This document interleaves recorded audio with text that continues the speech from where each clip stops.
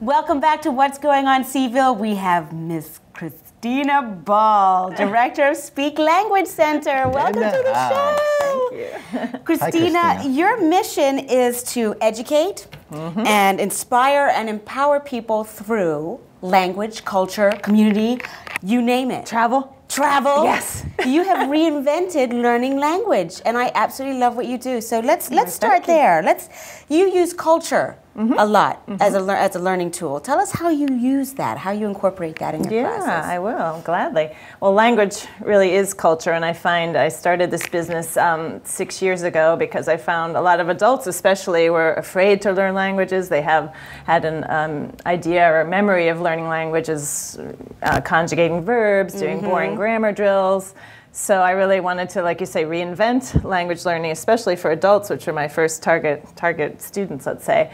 Make it fun, bring in film, bring in food, bring in wine, and eventually take them to Italy, take them to France, and make it really, really fun. So we do incorporate not always wine, but I speak French really well when I'm drinking wine. Yeah. It's true, it's proven.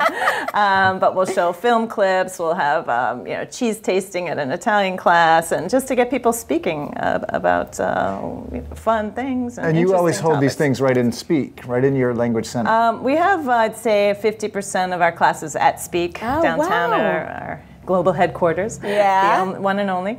But we also send teachers to area schools. We have classes at UVA, so area businesses. We can pretty much design a course for any business, any school.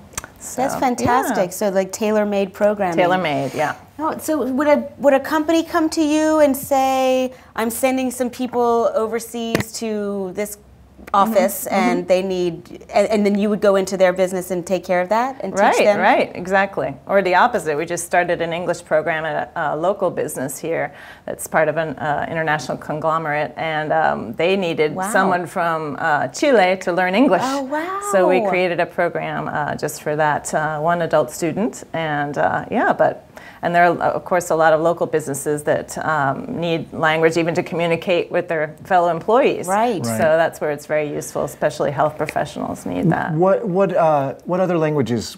What languages do you teach out of there? We have about 10 right now. So really? We have Romance languages. Italian was the one we started with, of course. Spanish and French, and then Chinese, Japanese, Russian, Korean. We're starting Arabic and German this summer, and then English. So, did you get a sense from your clientele or potential clientele as to what languages to add? Like, has there been a need or a request for them? Definitely, yeah. When we started, the business was called Echo Italy, and it was just Italian, just me. It was the only teacher and 5 students. We started above a coffee bar called Milano, and just the same model. Conversing, having fun, meeting people, speaking.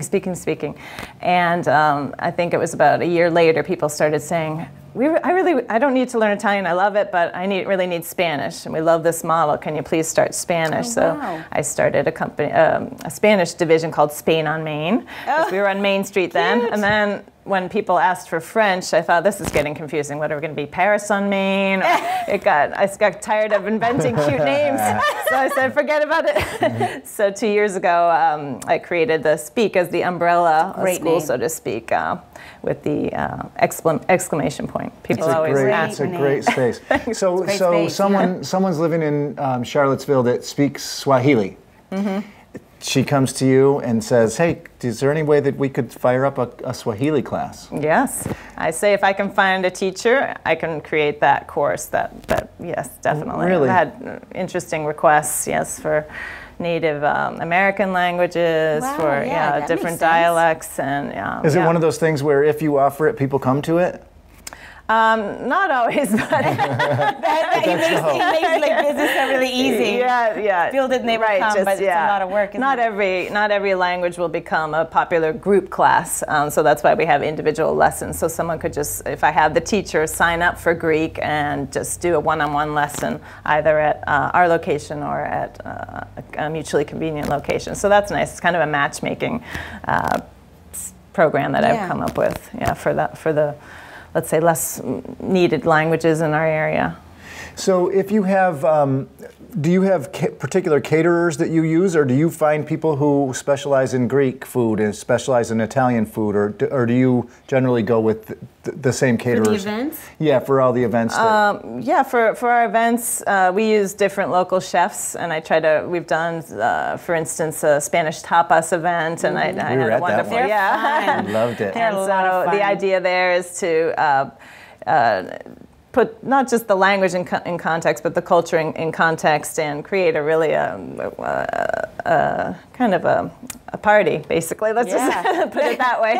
A party where people are learning, but in a social environment. So our Spanish tapas event had a chef where she would do the demos on, I think, 4 or 5 different Spanish tapas, and then we had a Spanish food and wine tour expert, Jane Gregg, who has a company called Epicurean Ways, which organizes food and wine tours in Spain. Music. And she spoke about each one with a funny anecdote, and we had I think we had the live classical guitarist, who was one of our Spanish teachers. Yeah, it was really great fun. And do you advertise those when you're doing one of those? I do, yeah. In the local newspapers? Well, mostly Facebook and on our website. Yeah, we have a series coming up now that I'm really excited about. It's called Cinema Salon. So, this wonderful documentary filmmaker just moved to Charlottesville, Eduardo Montes Bradley. He's done about 40 documentaries. Wow. He's from Argentina.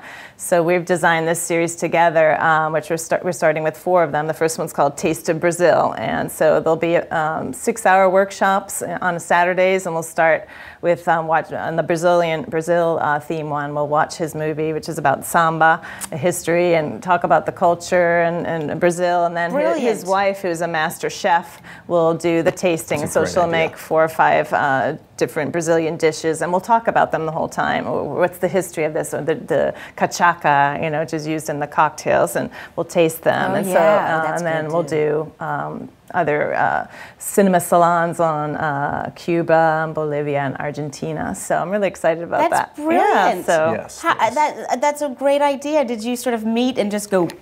Yeah, we met on Facebook, and we'd been brainstorming, and he said he was planning to move to this area. So we met, and it's just, everything has kind of evolved that way in Charlottesville. Such talented people, such an interesting international community. So definitely, I really, really want to speak into a true cultural center. Yes, So Christina, you also take. Sorry, I'm asking all the questions.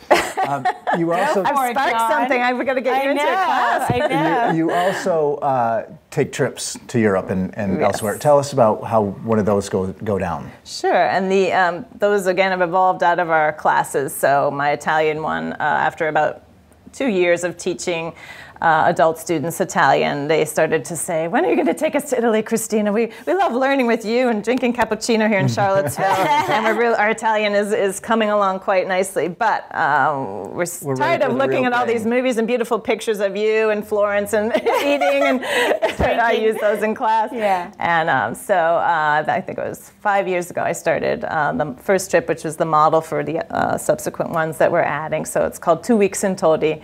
And the idea is to live in this hill town in Umbria called Todi and live like a local. So I take a group of maybe 8 to 12 adults, although some people have brought their teenagers along with them, and that's nice too. But so they can live either in their own apartment in this hill town, or live with the host family and eat 2 meals a day with the host family, with the dictionary out, and drinking coffee and eating this amazing Umbrian cuisine.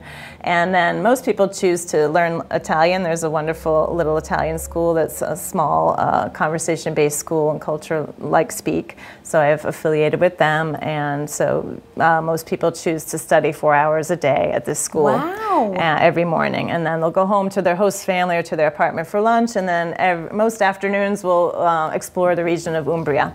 So we'll go to a winery one day, then we'll have a cooking class in Italian, and eat with the family outside all together, go to art museums and whatnot, really to give them it's a sense of local culture. So a lot of people visit Italy or any country and kind of a world tour, just the big highlights, Florence, Rome, Venice, and they don't get a sense for the local culture. What is it? What is Umbria like? There's Umbrian cuisine, Umbrian wine, there's an Umbrian accent, and there's a way to say names there. When I'm there, they drop the final syllable of a lot of names. So I was wondering why everyone was calling me Christy. Oh, Christy. And I was like, oh, my name's Christina.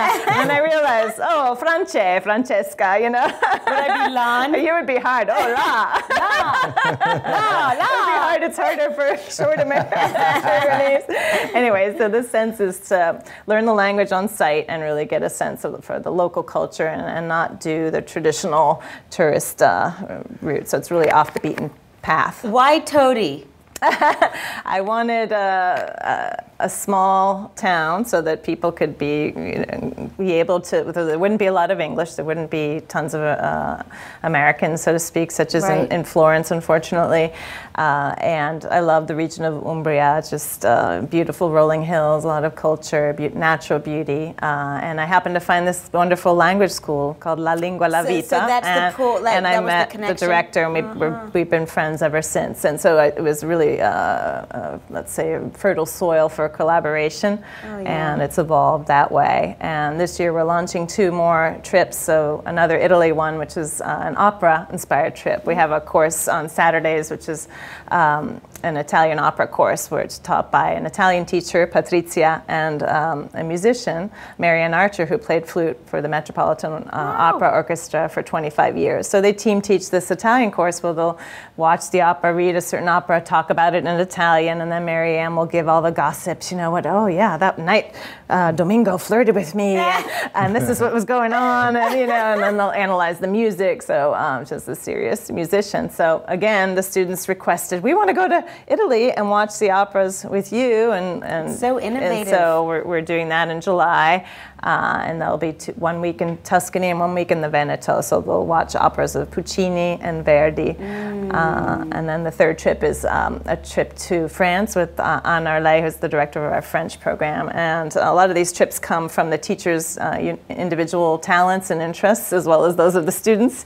So she's going to do, she's from Paris and Corsica. So there's going to be 1 week in Paris and then 1 in Corsica, the island of Corsica. So it'll be, some visit her favorite boutiques and bistros 1 week, and then go to this gorgeous Mediterranean island, and with its own little special language and style and food, and Can we go right now? Yes. Can we get a Virginia Living TV discount?